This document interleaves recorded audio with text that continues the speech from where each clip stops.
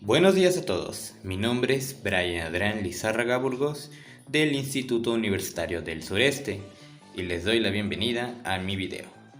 Hoy les vengo a hablar de mis temas, que son las constantes vitales y los subtemas.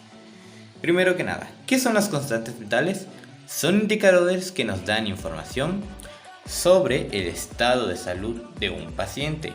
¿A qué nos damos a entender o a qué nos referimos? Bueno, nos referimos a la tensión arterial, la frecuencia cardíaca, la frecuencia respiratoria, la saturación de oxígeno y la temperatura.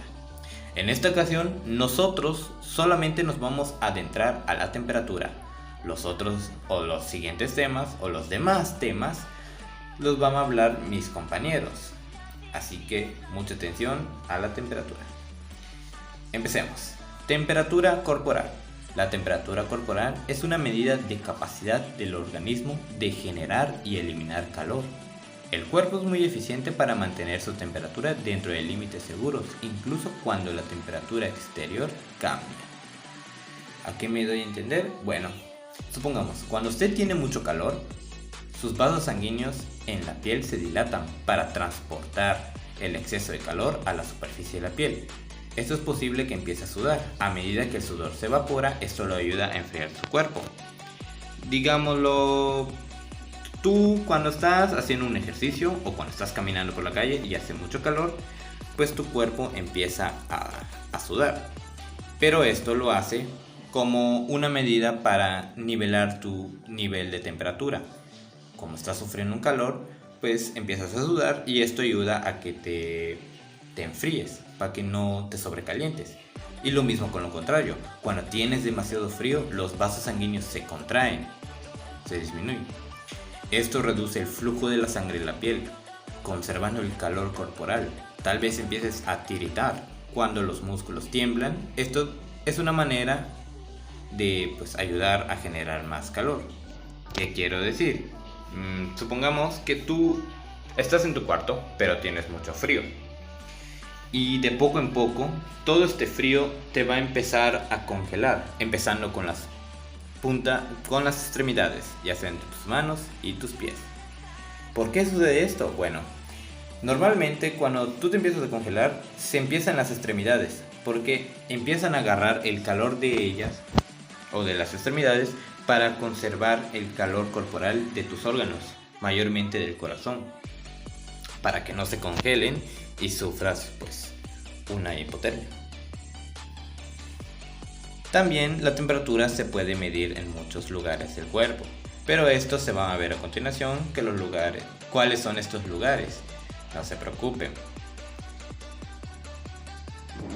Ahora vamos a ver los conceptos de los principios fundamentales de la temperatura. Concepto de la temperatura corporal. Es el equilibrio entre la producción de calor en el cuerpo y su pérdida. En el centro termorregulador está situado en el hipotálamo. El hipotálamo es una área del cerebro que se encuentra ubicada debajo del tálamo, recordando la terminología, hipo debajo de tálamo, y que está formada por el dicéfalo a través de la liberación de las hormonas. El hipotálamo se encarga de regular los estados de ánimo, el sueño, el hambre, la sed y la temperatura corporal. Se refiere al grado de calor o de frío. Expresados en términos a una escala específica, la temperatura corporal representa un equilibrio entre el calor producido por el cuerpo y su pérdida. Cuando la temperatura sobrepasa el nivel normal, se activa un mecanismo llamado vasodilatación. Grábense bien estos. Ensanchamiento de los vasos sanguíneos, por lo general se encarga de la superficie de la piel. Lo aumenta en el flujo sanguíneo con enrojecimiento o calor. Luego está la hiperventilación. Aumenta el ritmo respiratorio por encima de lo normal. Puede reproducir el dióxido de carbono en la sangre y la hinchazón del cerebro. Y por último, la sudoración. Transpiración de glándulas sudoríparas, a menudo en respuesta al calor, el ejercicio o el estrés. ¿Qué promueve la pérdida de calor? Si por el contrario la temperatura cae por debajo del nivel normal, se activan mecanismos como aumento del metabolismo y contracciones, espasmo, que producen los escalofríos, que estas se verán más adelante, no se preocupe. De esto les puedo dar dos ejemplos de un desequilibrio entre la producción de ganar calor y de su pérdida. El primero sería la hipertermia, que es un incremento importante de la temperatura corporal a más de 39 grados. Esto como ejemplo, supongamos que tú estás caminando bajo el sol y entre más tiempo estés, más se va a elevar tu temperatura corporal y te puede causar pues la hipertermia. Luego estamos con la hipotermia. La hipotermia es la temperatura corporal menor de lo normal, a menos de 36 grados. Esto supongamos que tú estás en tu cuarto y hay mucho frío. Pues se empiezan a congelar tus extremidades y de poco en poco tú te vas congelando.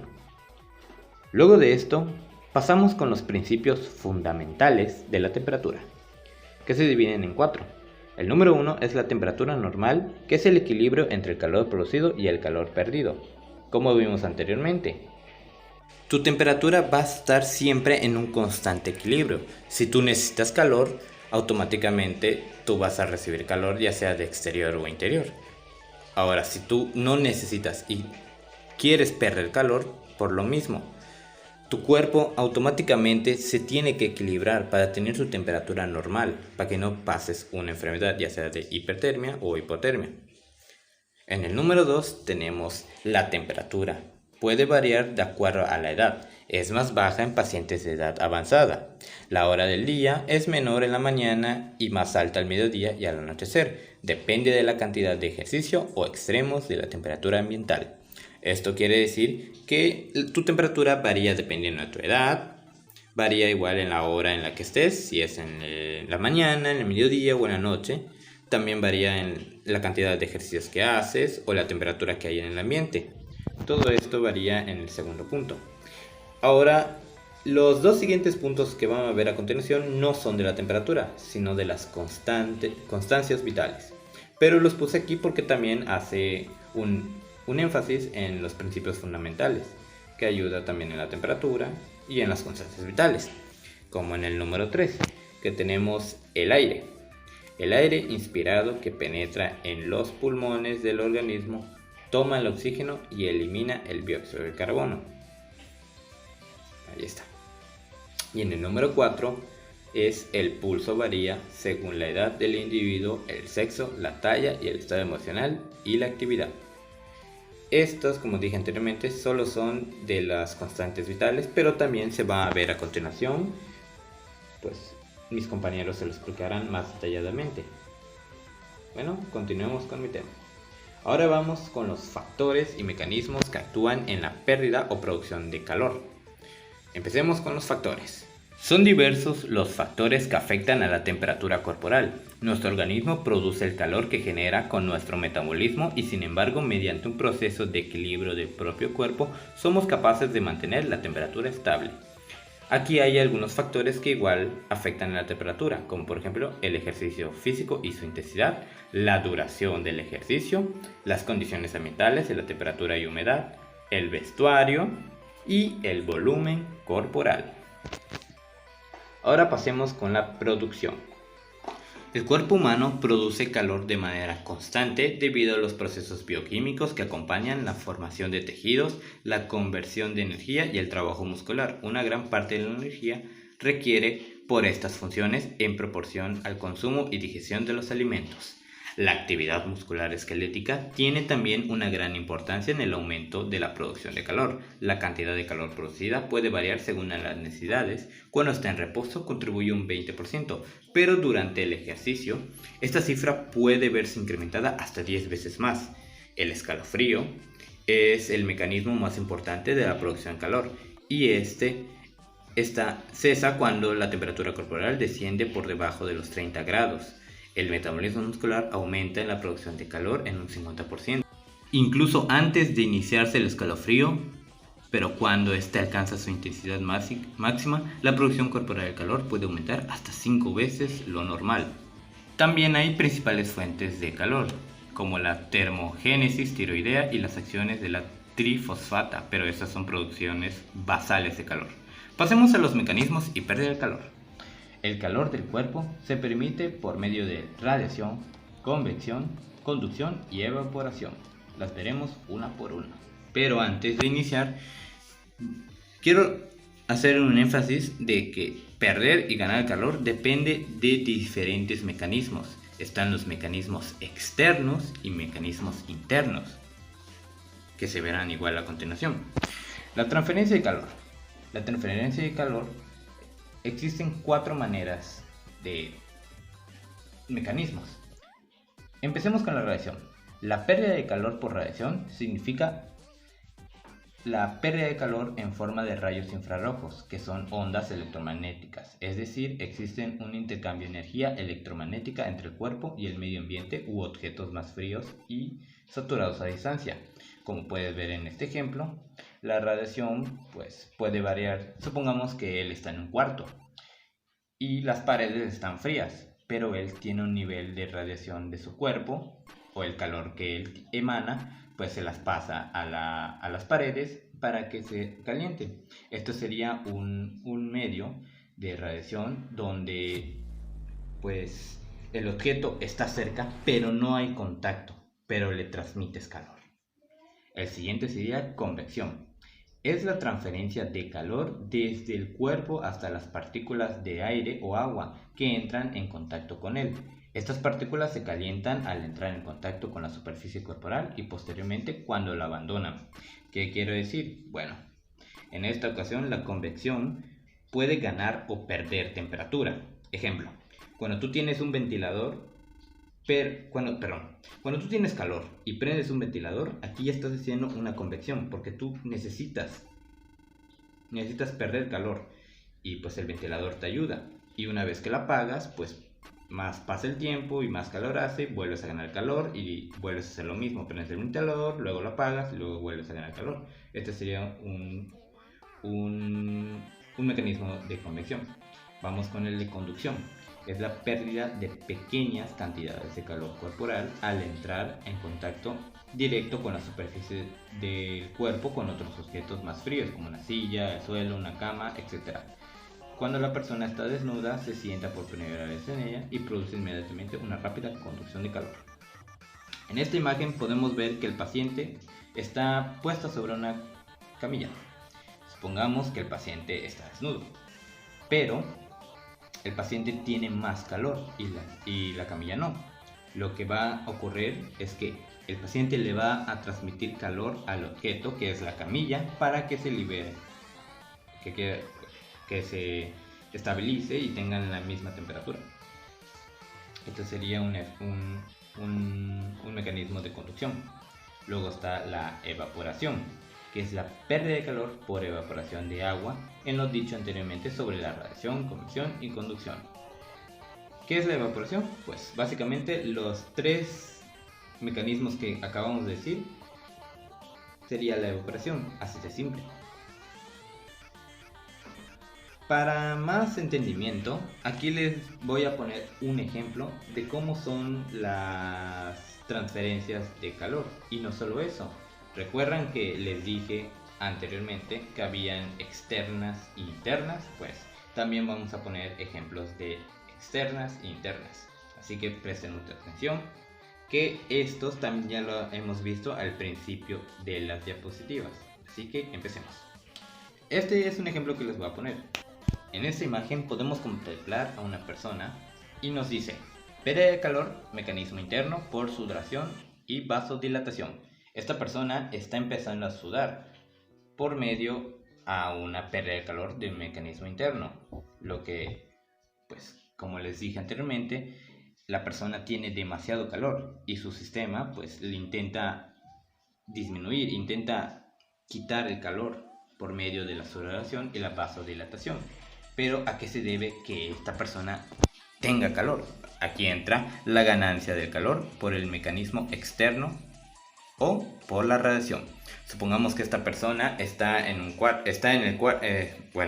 su cuarto, pero las paredes están calientes y, como recordamos, por medio de radiación no hay contacto, sino son ondas. Pues a estas ondas le están transmitiendo calor a esta persona, lo que le provoca la sudoración y vasodilatación.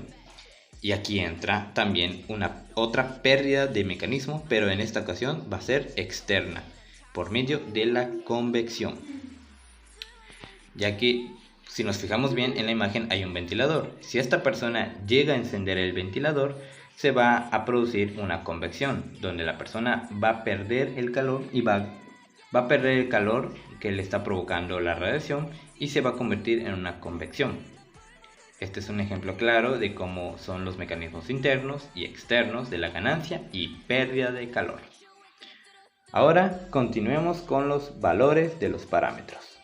La valoración es útil para detectar una enfermedad. Con ella también se pueden monitorear si un tratamiento está funcionando o no. Conlleva procedimientos que se realizan para medir el grado de calor del organismo humano en las cavidades bucal o rectal o región axilar o inguinal. Aquí les voy a mostrar un cuadro de unas, valoraciones y parámetros donde se miden desde los 0 meses hasta más de los 65 años.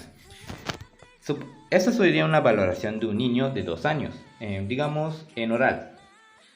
Un niño de 2 años tiene una temperatura normal de 35.5 a 37.5 grados. No varía entre los 0 desde los meses hasta los 6 años. Sigue siendo la misma en oral, rectal, axial y oído. Pero los parámetros afectan cuando a esta persona, o al niño de 2 años, le aumenta su temperatura. Supongamos que en vez de 37.5 aumenta a 37.7. Aquí ya le está dando una fiebre, lo que le provoca estos parámetros.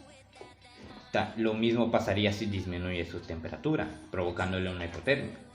Y también varía para los adultos, adolescentes y personas de tercera edad, como se pueden ver en este cuadro, que solamente está mostrando la valoración de la temperatura, pero por las edades. No estamos contemplando su vestimenta, su tipo de actividad física o en donde vive, el ambiente. Solo se está valorando su edad y los tipos de lectura.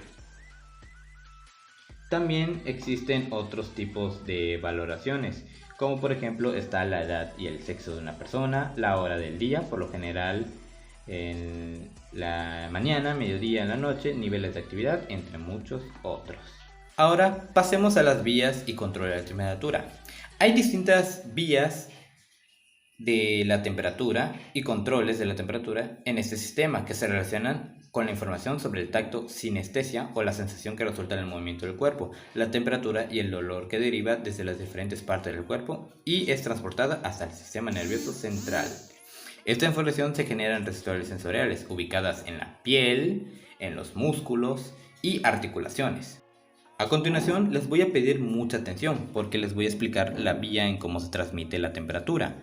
Así que pluma en mano y atención. La primera neurona de la vía para la información del tacto de la sinestesia se ubica en el ganglio sensitivo de la raíz posterior al nervio raquídeo, allá abajito. Al entrar en la médula, su axón asciende ipsilásticamente y le alcanza a la segunda neurona ubicada en el ganglio de Gall. El axón de esta neurona sale del ganglio y cruza al lado opuesto y asciende por una vía específica, el lecnisco medial, hasta hacer contacto con la tercera neurona ubicada en el tálamo de ese lado, donde la información es revelada hasta el área sensitiva somática de la corteza cerebral. En sí, todo esto empieza desde el ganglio sensitivo y termina en la sensitiva somática de la corteza cerebral. Todo esto ayuda no solo para sentir el hambre, sentir la sed o el dolor que hay, sino también para la temperatura. Esto es una vía por la que viaja la temperatura y nos informa de lo que está pasando. Por eso es importante el hipotálamo, ya que ayuda a la información del olor y la temperatura. Ahora pasemos al control de la temperatura del cuerpo humano. Como se mencionó anteriormente, el control de la temperatura está en el hipotálamo, donde se recibe, intercepta, procesa y emite instrucciones para conservar y regular la función energética del organismo, resultado de fenómenos de convulsión interna de elementos y su relación con actividades comerciales. De esto existen procesos de regulación térmica que cumplen por 3 etapas. La primera es la detección térmica aferente. El hipotálamo llega de información. proviene de sensores de temperatura ubicados en el organismo de acuerdo al calor o el frío.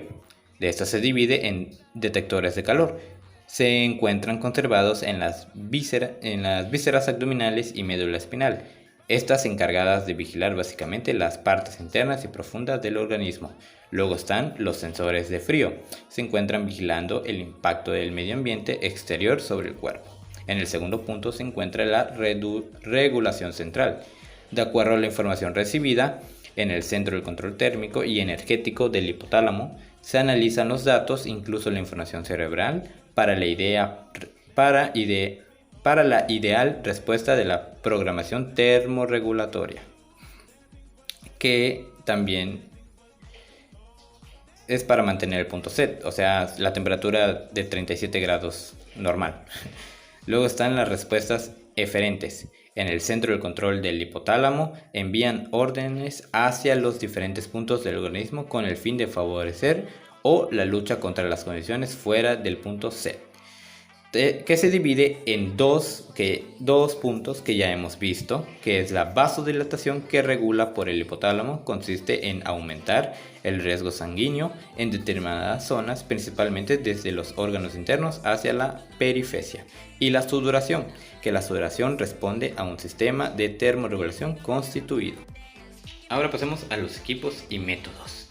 Los equipos o instrumentos para la medición de la temperatura son distintos. Están los termómetros de inmersión, los instrumentos de medición de la temperatura superficial, analizadores de la temperatura ambiente, termómetros de penetración, tiras de temperatura, cámaras termográficas y registros de datos de temperatura. En los métodos también varían. Están las temperaturas rectales, la temperatura axilar, la temperatura oral, la temperatura timpática, la temperatura arterial de infrarrojos y los termómetros de chupete. Si quieren, les puedo dar un ejemplo rápido de un método de la toma de temperatura. Está la axilar, que solo es colocar el termómetro en la axila, presionar el brazo contra el cuerpo y esperar 5 minutos antes de leerlo.